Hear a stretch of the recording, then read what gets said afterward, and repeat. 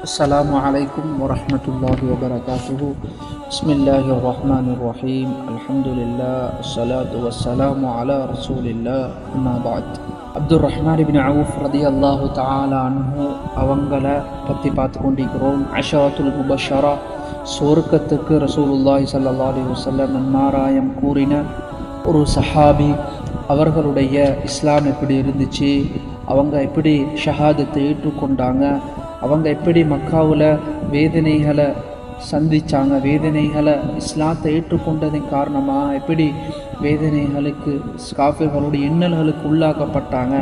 அதுக்கு பிறகு ரசூலுல்லாஹோட மதீனாவுக்கு வந்ததும் மதீனாவில் சாத் இப்னு ரபீ ரலியல்லாஹு தஆலா அன்ஹு அவங்களோட ரசூலுல்லாஹி ஸல்லல்லாஹு அலைஹி வஸல்லம் அவங்க ரெண்டு பேரையும் ஜோடாக்குறாங்க.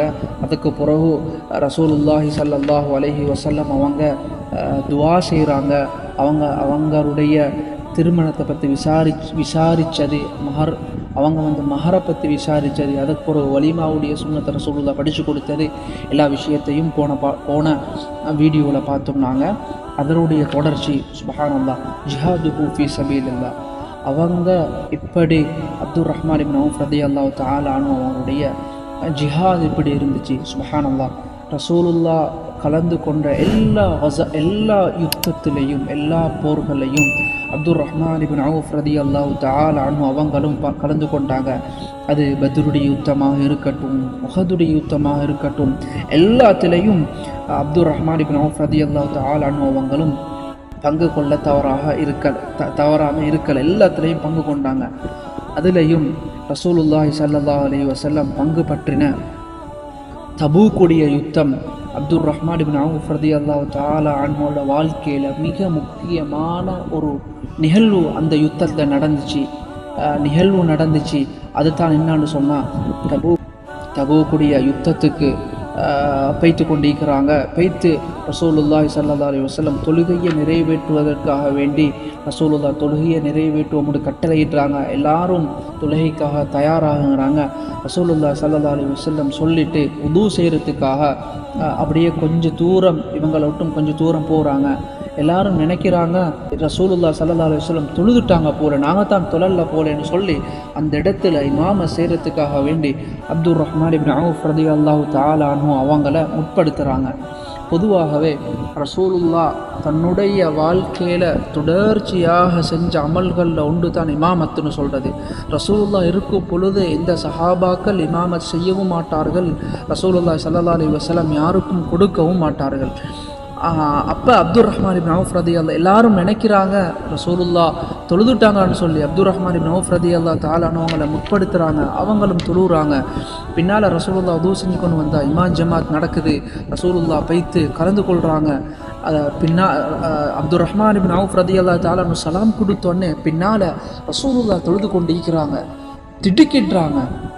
ரசூலுல்லாஹ் இருக்கும் பொழுது தான் நான் தொழுவிச்சேன்னு சொல்லி ரசூலுல்லாஹ் என்ன சரி சொல்லுவாங்களோன்னு பயப்படுறாங்க. அதற்கு போல தொழுது முடிஞ்சோடனே ரசூலுல்லாஹி ஸல்லல்லாஹு அலைஹி வஸல்லம் அப்துர் ரஹ்மான் இப்னு அவுஃப் ரலியல்லாஹு தஆலா அன்ஹு அவங்கள்ட்ட சொல்கிறாங்க, அஹ்சன்தும் அப்படின்னு சொன்னால் ரசூலுல்லாஹ் அப்துர் ரஹ்மான் அவுஃப் ரலியல்லாஹு தஆலா அன்ஹு இந்த செயலை புகழ்ந்து சில வார்த்தைகளை சொல்கிறாங்க. இது அப்துர் ரஹ்மான் இப்னு அவுஃப் ரலியல்லாஹு தஆலா அன்ஹு அவங்களுடைய வரலாற்றில் நடந்த மிக முக்கியமான ஒரு நிகழ்வாக, அதாவது இவங்களோட பின்னுக்கு ரசூலுல்லாஹ் தொழுதது அவங்களுடைய வரலாற்றில் அவங்களுடைய சிறப்புகளில் மிக முக்கியமான ஒரு சிறப்பாக இருக்குது. அதில் எல்லாருக்கும் தெரியும், போன இதுலேயும் பார்த்தோம், அவங்க மதீனாவுலே பெரிய பணக்காரராக இருந்தாங்க. அவங்க அல்லாஹ் சுப்ஹானஹு வ தஆலா அவங்களுக்கு வியாபாரத்தில் பெரிய திறமையை கொடுத்துருந்தாங்க. எப்படி அவங்களுடைய ஜிஹாத், எப்படி அவங்களுடைய பேணுதல், எப்படி அவங்களுடைய தக்வா, எப்படி ரசூலுல்லாஹ்வுடைய முஹப்பத் இருந்துச்சோ அதே போல் அவங்களுடைய இன்ஃபாக் சுப்ஹானல்லாஹ் ஆச்சரியமான ஒரு இன்ஃபாக்னு சொல்கிறது அல்லாஹ்வோட பாதையில் தனக்கு கொடுக்கப்பட்ட சொத்து செல்வங்கள் பணங்களை செலவழிக்கிறது. சுப்ஹானல்லாஹ், அவங்களுடைய இன்ஃபாக் எங்களுக்கு நாங்கள் ஃபுல்லாக அது விரிவாக படித்தவங்களோட ஆச்சரியப்படுவோம். கண்ணியத்துக்குரிய சகோதரர்களே, அப்துர் ரஹ்மான் இப்னு அவுஃப் ரலியல்லாஹு தஆலா அன்ஹு அவங்க ஒரு கட்டத்தில் ரசூலுல்லாஹி ஸல்லல்லாஹு அலைஹி வஸல்லம் மீக்க கொலையே ஒரு சதகா செஞ்சாங்க. எவ்வளோ சதகான்னு சொன்னால் 40,000 தீனார்களை சதகா செஞ்சாங்க. பின்னால அதற்கு 40,000 தீனார்களை, தீனார்னு சொல்றது தங்க நாணயம், உச்சம் பொறுமதியானது, அதை சதகா செஞ்சுட்டு திரும்ப 500 குதிரைகளையும் 500 ஒட்டகங்கள், பொதி சுமந்த ஒட்டகங்கள், அந்த பொதியோடையும் சுப்ஹானல்லாஹ் சதகா செய்கிறாங்க. இன்னும் ஒன்று விஷயம் சொல்லப்படுது, இன்னஹு அஅதக ஃபீ யௌமின் வாஹிதின் 30 அப்தன், அதாவது ஒரு நாளையில 30 அடிமைகளை அவங்க உரிமையிடுவாங்கன்னு சொல்லி சொல்றாங்க. இமாம் ஹாஃபிஸ் இப்னு ஹஜர் அஸ்கலானி ரஹிமஹுல்லாஹ் அல் இஸாபா என்ற இந்த கிதாபில் இதை பதிவு செய்கிறாங்க. ஒருமுறை ரசூலுல்லாஹி ஸல்லல்லாஹு அலைஹி வஸல்லம் சொல்கிறாங்க, ഖൈറുകും ഖൈറുകും லிஅஹ்லி மின் பஅதி, அதாவது எனக்கு பின்னால் உங்களில் சிறந்தவர் என்னுடைய குடும்பத்தினர்கள் என்று அந்த ஹதீஸை சொல்கிறாங்க. சுப்ஹானல்லாஹ். அதை கேட்ட உடனே அப்துர் ரஹ்மான் இப்னு அவுஃப் ரலியல்லாஹு தஆலா அன்ஹு தன்கிட்ட இருந்த பொறுமதியான ஒரு தோட்டத்தை விற்று, தோட்டத்தை 40,000 தீனார்களுக்கு விட்டு அதை அப்படியே ரசூலுல்லாஹ்வுடைய எல்லா மனைவிமாருக்கும் பிரித்து கொடுக்குறாங்க. சுப்ஹானல்லாஹ். அதே போல தபூக்குடைய யுத்தத்துக்காக வேண்டி முஸ்லீம்களுடைய படையை தயாராக்கிறதுக்கு முஸ்லீம்கள்கிட்ட போதிய அளவு பணம் இருக்கல்ல. சுப்ஹானல்லாஹ். அந்த டைம்ல தான் ரசூலுல்லாஹ்ட தஷ்கீல் நடக்குது. ரசூலுல்லாஹ் உற்சாகப்படுத்துறாங்க. அவங்க அதில் அந்த உற்சாகப்படுத்தினோடனே சஹாபாக்கள் எல்லாரும் அவர்கள்ட்ட என்னத்தை எரிஞ்சிச்சோ அதை கொண்டு வந்து அந்த படையை தயாரிக்கிறதுக்கு உதவி செய்கிறாங்க. அபூபக்கர் ரலியல்லாஹு தஆலா அவங்கள்ட்ட இந்த முழு சொத்தையும் எடுத்துக்கொண்டு வராங்க. உமர் ரலியல்லாஹு தஆலா அவங்கள்ட்ட இந்த அரைவாசி சொத்தை எடுத்துக்கொண்டு வராங்க. சுப்ஹானல்லாஹ். உஸ்மான் ரலியல்லாஹு தஆலா அன்ஹு எப்படி அப்துர் ரஹ்மான் இப்னு அவுஃப் ரலியல்லாஹு தஆலா பெரிய ஒரு பணக்கார சஹாபியோ, அதுபோல உஸ்மான் ரலியல்லாஹு தஆலா பெரிய பணக்கார சஹாபி. அவங்க கொடுக்குறாங்க. இந்த அளவுக்கு கொடுக்குறாங்கன்னு சொன்னா ரசூலுல்லாஹ் சந்தோஷத்துல சொன்னாங்க, மா பர்ர உஸ்மான் பஅதல் யௌம் மா அமில பஅதல் யௌம், இதற்கு பின்னால் உஸ்மான் ரலியல்லாஹு தஆலா என்ன தீங்கு செஞ்சாலும் அது அவங்களுக்கு எந்த தீங்கையும் விளைவிக்காது. அதாவது இதுக்கு புறவு செய்யக்கூடிய பின்னால் செய்யக்கூடிய பாவங்கள் மன்னிக்கப்பட்டு விட்டன என்ற கருத்தின் அடிப்படையில் இந்த ஹதீஸை சந்தோஷத்துல சொல்றாங்க. அப்துர் ரஹ்மான் இப்னு அவுஃப் ரலியல்லாஹு தஆலா அன்ஹு வாராங்க. சுப்ஹானல்லாஹ். அவங்க 100 தங்க ஊக்கியாக்களை அவங்க சதகா செய்கிறாங்க. அவங்க கொண்டு ரசூலுல்லாஹ்ட்ட கொடுக்குறாங்க.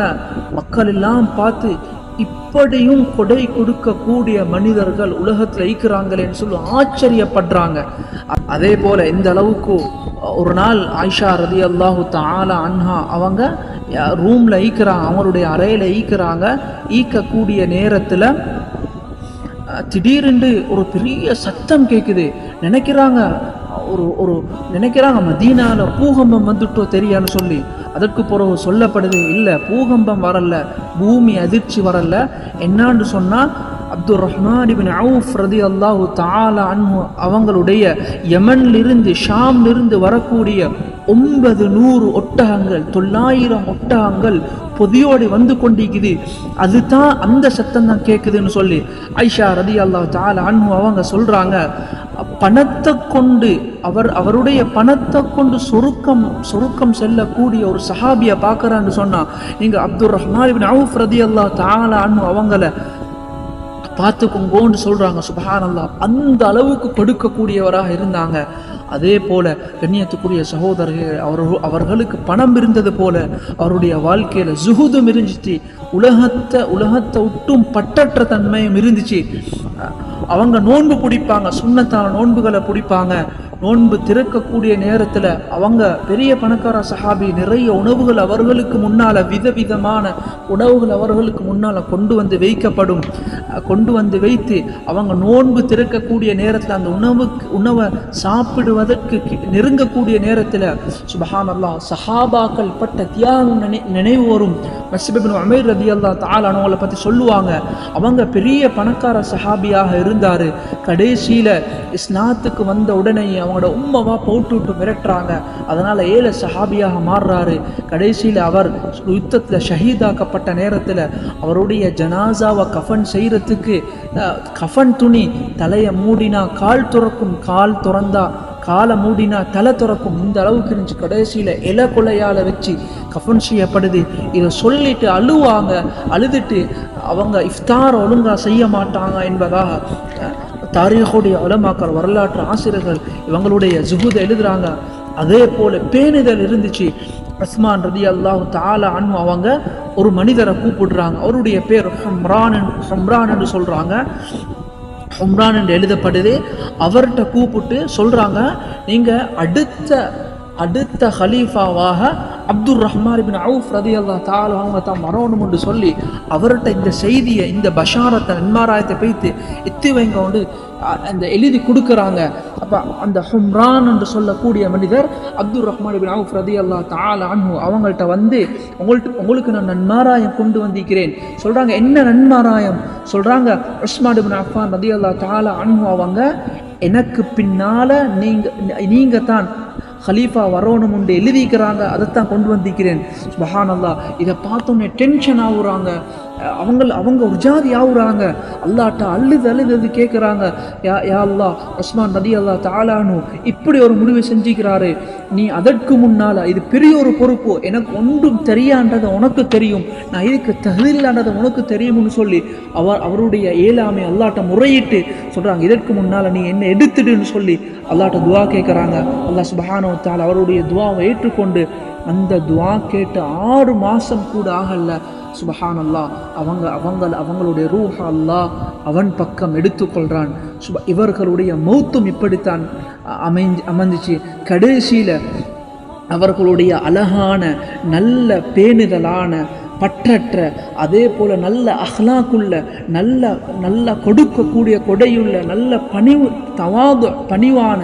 பணிவான அழகான ஒரு வாழ்க்கையை வாழ்ந்துட்டு கடைசியில் மௌத்து என்ற அந்த மெத்தையில நிம்மதியாக படுத்து தூங்குறாங்க.